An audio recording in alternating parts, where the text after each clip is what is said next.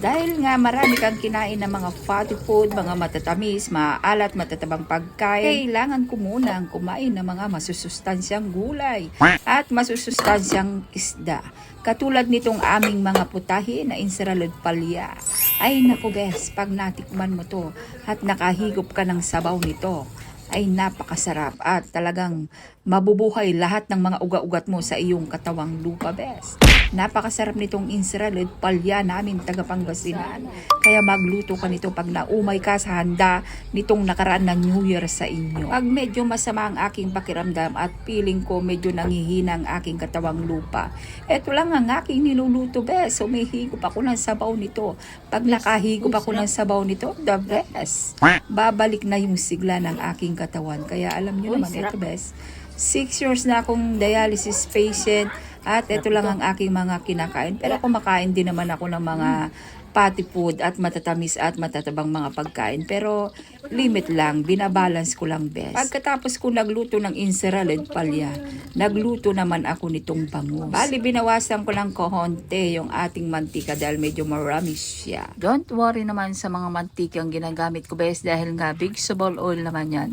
Tapos naglagay ako dito ng maraming sibuyas at garlic. Tapos igigisa ko lamang ito ng mabuti para maalis lang yung lansa ng mga isda.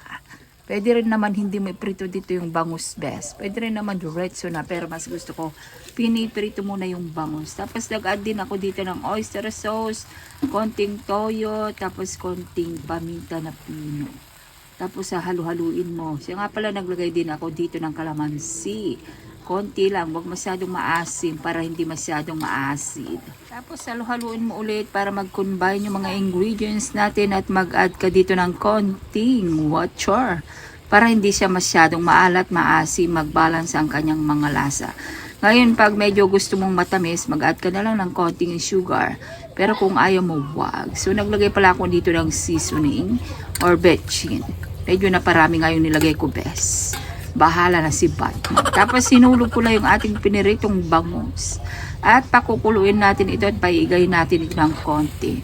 Optional lang ang paglalagay dito ng green chili. Kung ayaw mo ng maanghang, huwag kang maglagay, best. Tapos pag medyo okay na to, siyempre iyahon mo na to sa kahirapan. Pero pakuluin mong mabuti, best. Para maiga-iga yung kanyang sabaw at masarap yung kanyang sabaw. So anyway mga best, maraming salamat po sa mga panonood sa aking videos. Sa panibagong taon na naman ng 2026, samahan nyo kong muli sa aking journey ng pagluluto dito sa Ate Best TV team. So ayun lang mga best, ingat-ingat po ang lahat. Share ko lang, ingat, God bless, bye!